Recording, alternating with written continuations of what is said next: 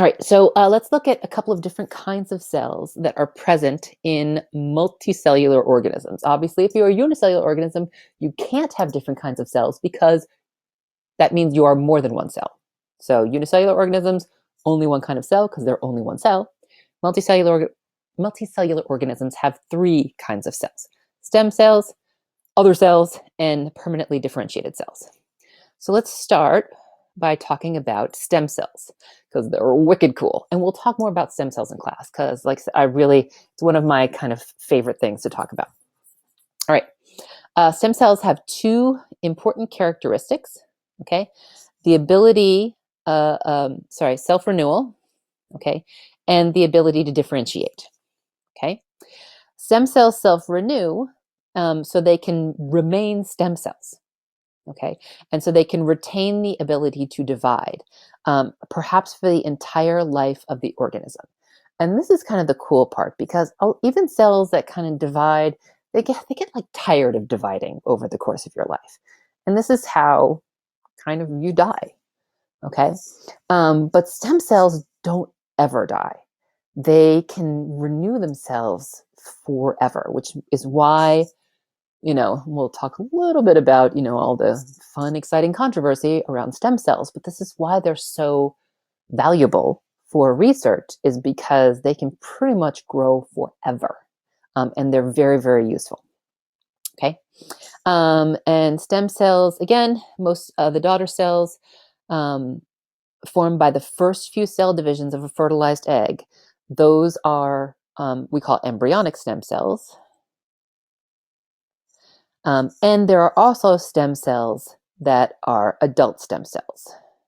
So kind of there's two main classes of stem cells. A little bit more on stem cells. When a stem cell divides, so here I have a stem cell. It divides, one of the daughter cells remains a stem cell, and the other daughter cell can differentiate or become different. So it could become a liver cell, a nerve cell, a blood cell, whatever we need. Okay. And then all the ones from this daughter cell, if it divides again, it's all just liver cells, or it's all just nerve cells, or it's all just blood cells. Okay.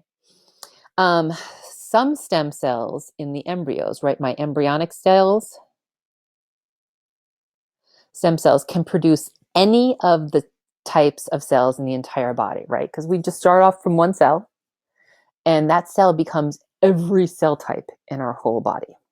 And those embryonic stem cells are what we call totipotent.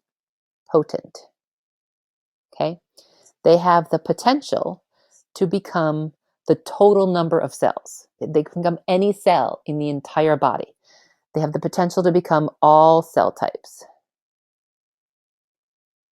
Does that look like the word types? That's better. Okay, totipotent. So those are the best kind of stem cells. The adult stem cells, okay, and some of the later embryonic stem cells, okay, are what we call pluripotent.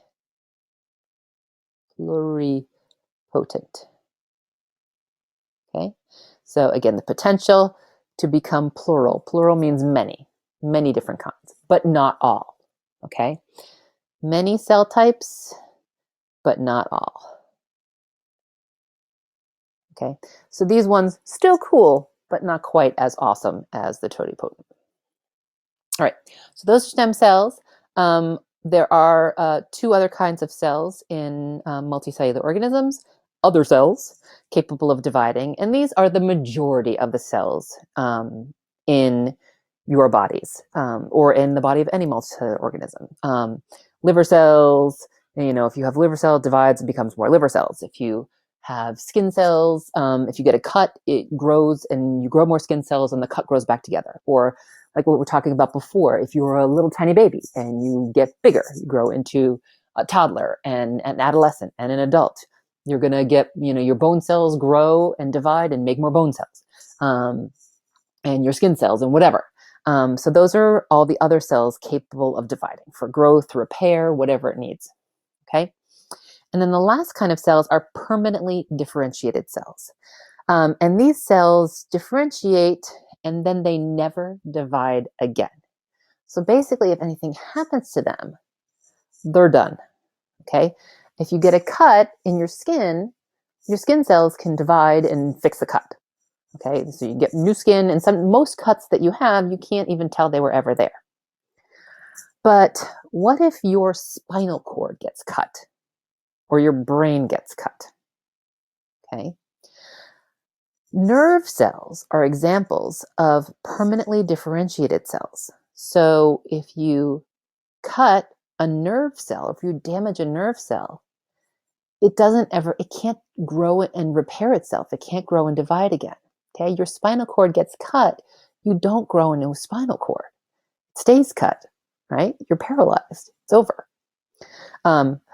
They can do all kinds of stem cell therapy and regrow it back together, but it can't do it on its own.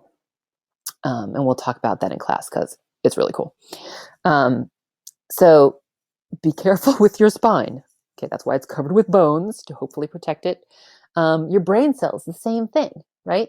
We're always talking about losing brain cells, all right? When you watch all those video games or you do drugs, don't do drugs. Kills your brain cells. You do not get them back. Okay? Dr. Kravasik, public service announcement. All right. On cell division, 2 types of cell division. Sexual cell division and, I'm doing 1 and 1, asexual cell division. So sexual reproduction, asexual reproduction. Sexual reproduction is what happens in most eukaryotic multicellular organism. Sexual reproduction is the fusion of gametes. And gametes are very special cells produced by meiosis. Okay, meiotic cell division produces gametes, and the gametes are the sex cells. Okay, and those are your, of course, sperm and egg. Okay, and meiosis is a super fancy cell division that we'll talk about later on, where you take the genetic information in a cell and you cut it in half. Okay, so each gamete, which gametes are produced by meiosis, has half of the genetic information of the parent cell. So if you have a sperm and an egg, okay, the sperm has half the genetic information, the egg has half the genetic information. Let's do a little basic algebra. 1/2 plus 1/2, anyone? Equals a whole. You get one whole organism, which we call a zygote. Egg plus sperm equals zygote. Okay, so that is sexual reproduction. Asexual reproduction doesn't require any of that super fun stuff. It's basically you have offspring formed from a single parent. Okay, so you don't need 2 different parents. You don't need an egg and a sperm. You just have a parent and they poof just grow another one of themselves. Okay, asexual reproduction is mitosis. Okay, we need meiosis for sexual reproduction, mitosis for asexual reproduction. Because, as I said earlier, right, mitosis produces genetically identical offspring. Okay, there it is, genetically identical offspring. Genetically identical offspring are called clones. Okay, you may have heard of these, Star Wars, blah, blah, blah. Okay, clones are genetically identical. And they are produced via asexual reproduction, which again is mitosis. Okay, so anytime cells divide via mitosis, they're producing clones of each other. So every skin cell you have is a clone of every skin cell you have. All that kind of good stuff. Okay, here are some examples of asexual reproduction. Bacteria.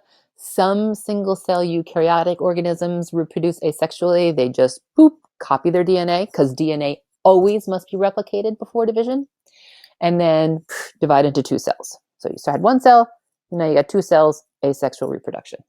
Okay, there are some multicellular organisms that, like Hydra, that can actually also reproduce asexually. It's really cool. They just grow another one of themselves off the side. And plants and fungi are, of course, all fancy and special. They reproduce both ways, asexually and sexually. Okay, most animals only reproduce sexually. Okay, so let's look at some pictures here. Hooray! Okay, here's dividing bacteria. Okay, which when we in the cell cycle screencast, you'll learn more about this process, which is called fission. Fission. Okay, asexual reproduction in bacteria, they just break apart. Here is asexual reproduction in a paramecium. Again, makes them genetically identical. Oh, here is that like that hydra we talked about, the multicellular organism. It just grows a little hydra, poof, right off the side of it. Wouldn't that be cool? Just grow a little Dr. K, just right out the side. A little mini me.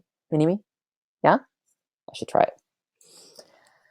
Okay, and I think that is it for why cells divide. Hopefully, I have answered that question. Check. Or at least hopefully not added too many more questions to it. All right. I'll see y'all later. The end.